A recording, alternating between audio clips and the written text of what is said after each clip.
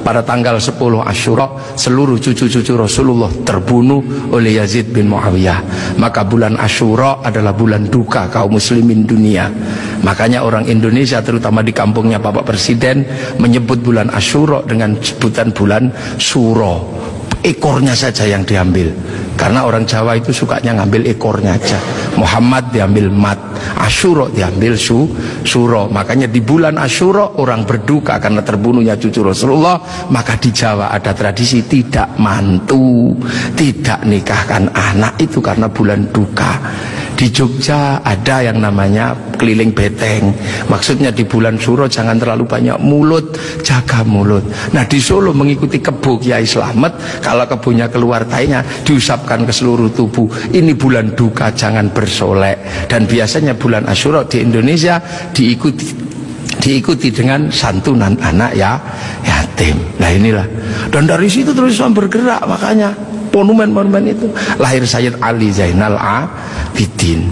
Nah Sayyid Ali Zainal Abidin kemudian bergeser, punya anak Sayyid Muhammad Baqir, menjauh punya anak Sayyid Ja'far Shadiq, menjauh diteruskan sama Sayyid Ali Uraidi, menjauh diteruskan sama namanya Sayyid Ahmad, diteruskan Sayyid Ubaidillah, teruskan Sayyid Isa Naqib, diteruskan sama Sayyid Ahmad Al-Muhajir, teruskan Sayyid Alwi, teruskan Sayyid Muhammad, teruskan Sayyid Alwi, diteruskan namanya Sayyid Ali Khalid Qasam, teruskan putranya namanya Sayyid Ahmad Sohib Mirbat, teruskan namanya Sayyid Alawi Amil Faqih, punya anak Sayyid Abdul Malik sampai Mongolia, punya anak Sayyid Ahmad Jalaluddin sampai Campa, punya anak Sayyid Muhammad sampai Pase, dan punya anak Sayyid Jamaluddin Al-Husaini Al-Kabir sampai tanah Nusantara di pedalaman, yang kemudian karena turunnya di Jawa, Sayyid Jamaluddin Al-Husaini Al-Kabir, orang Jawa punya Hono Coroko, maka kemudian di Jawa dikenal dengan nama Syekh Jumadil Kubro. Dan disitulah kemudian Islam ketemu dengan kebudayaan peradaban Nusantara. Nah inilah tonggak Makkah ini yang akhirnya menjadi penjelasan, oh ternyata Makkah sini geser di sini.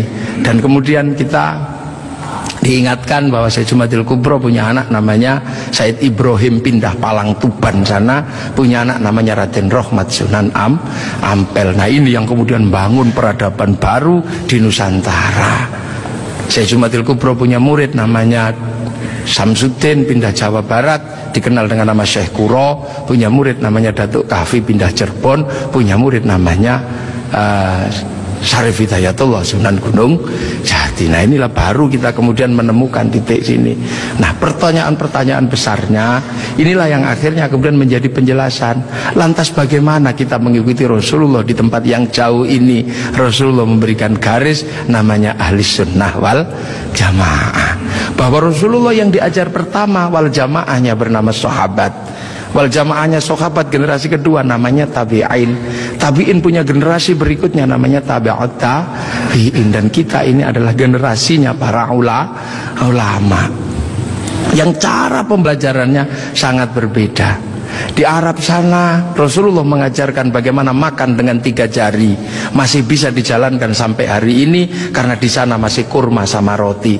Begitu sampai di Nusantara sudah tidak kurma dan tidak roti, tapi sudah soto. Maka makan dengan 3 jari sudah bukan sesuatu yang mudah.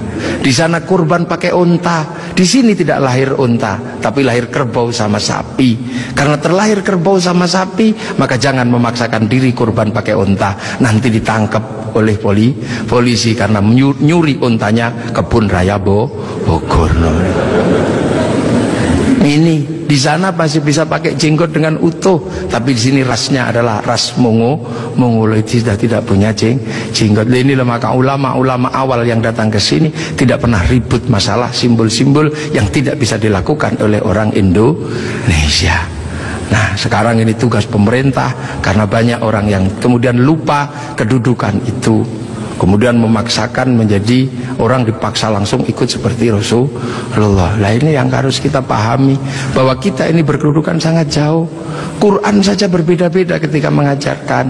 Di awal Rasulullah Quran tidak ditulis. Kenapa? Karena sahabat apal Quran. Orang apal tidak perlu menulis. Saya apal wajah istri saya, nggak pernah bawa fotonya kemana-mana, karena saya apal. Makanya ibu-ibu yang fotonya dibawa kemana-mana jangan seneng dulu. Jangan-jangan karena belum apal.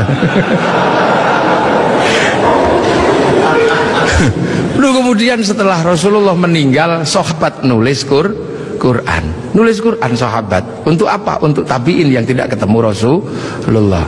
Tiba-tiba generasi sahabat meninggal, tabiin mengajar bawahnya. Qurannya sahabat terlalu pinter, cuman lungkik-lungkik kayak cacing gitu aja. Maka kemudian dikasih titik oleh Abul Aswad Ad-Du'ali. Disebar lagi, generasi pertamanya hilang, titik-titik nggak cukup, maka dikasih fathah, kasroh, dhammah atau syakal. Yang ngasih syakal Syekh Khalil bin Ahmad Al-Farahidi. Disebar lagi, yang baca Quran karena Islam rahmatan lil alamin, bukan lagi orang Arab semata. Orang Andalusia baca Quran wadduha, keliru menjadi wadduhe. Ini. Nah, orang Turki mustaqim, mustaqin. Masuk ke Indonesia dibaca oleh orang Padang lakanud, keluarnya lakanui. Karena orang Padang kalau bilang Muhammad, Muhammad. Orang Sunda ketika baca alladzina, sebagian besar keluarnya alladzina. Begitu masuk ke Jawa, ketemu dengan huruf hono coroko. Alhamdu karena punyanya ko, gak punya huruf ha, maka alhamdu menjadi alkamdu, al-fatihah menjadi al-fatihah. Ini itu.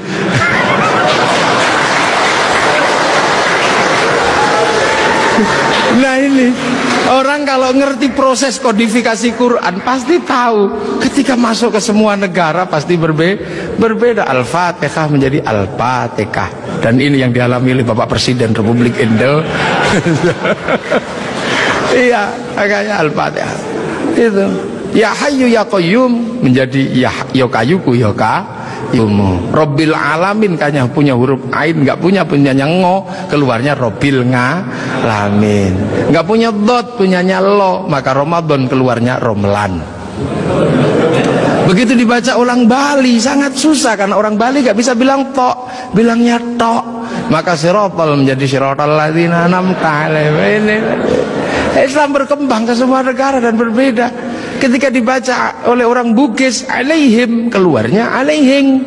Karena orang Bugis kalau bilang n jadi eng, kalau bilang eng jadi n. Makanya ada dulu mantan Kabulok bernama Beduamang, itu berasal dari Abdurrahman. Nah itulah makanya kemudian Islam bergerak. Nah lantas apa? Lantas terciptalah sebuah ilmu untuk bagaimana orang di seluruh dunia Islam mampu membaca Al-Quran. Dibikinkanlah sebuah ilmu yang dikasih judul At-Tajwid fi Qiraatil Quran, yang nulis Abu Ubay Qasim bin Salam. Orang akan tahu. Nah ini generasinya para ulama. Dan yang paling besar, yang mungkin Bapak Presiden sudah pernah saya sampaikan, tapi ingin saya sampaikan lagi biar kita tidak lupa. Ada perubahan besar ketika masuk ke tanah Nusantara, di mana waktu itu tanah Nusantara sangat susah dimasuki Islam. Kenapa? Ini bangsa sudah sangat beradab. Bangsa ini bukan bangsa kecil. Tahun 1222 ke atas, sebelum tahun 1300 sudah mampu menaklukkan Mongol yang menaklukkan Eropa, menaklukkan Arab, mampu ditaklukkan oleh kekuatan Nusantara yang namanya Singasari. Makanya hal itu bisa kita lihat betapa kita bangsa punya tinggalan-tinggalan yang luar biasa. Orang Arab punya alat musik yang namanya terbang, terbuat dari kayu dan kulit. Orang Eropa punya alat musik yang namanya gitar, terbuat dari kayu dan tali. Tapi orang Nusantara salah satu alat musiknya adalah gamelan, terbuat dari logam. Hanya bangsa yang menguasai ilmu pertambangan yang maju dan penguasaan metalurgi yang mapan mampu membuat alat musik dari logam. Dalam cerita-cerita besar, kita juga punya cerita besar yang sama. Orang Eropa punya cerita tentang Cinderella, kita punya cerita bawang putih, bawang merah. Orang Eropa punya Samson, orang Arab punya Sam'on, kita punya Bandung Bondowoso, kita punya Sangkuriang, kita punya Sipahit Lidah.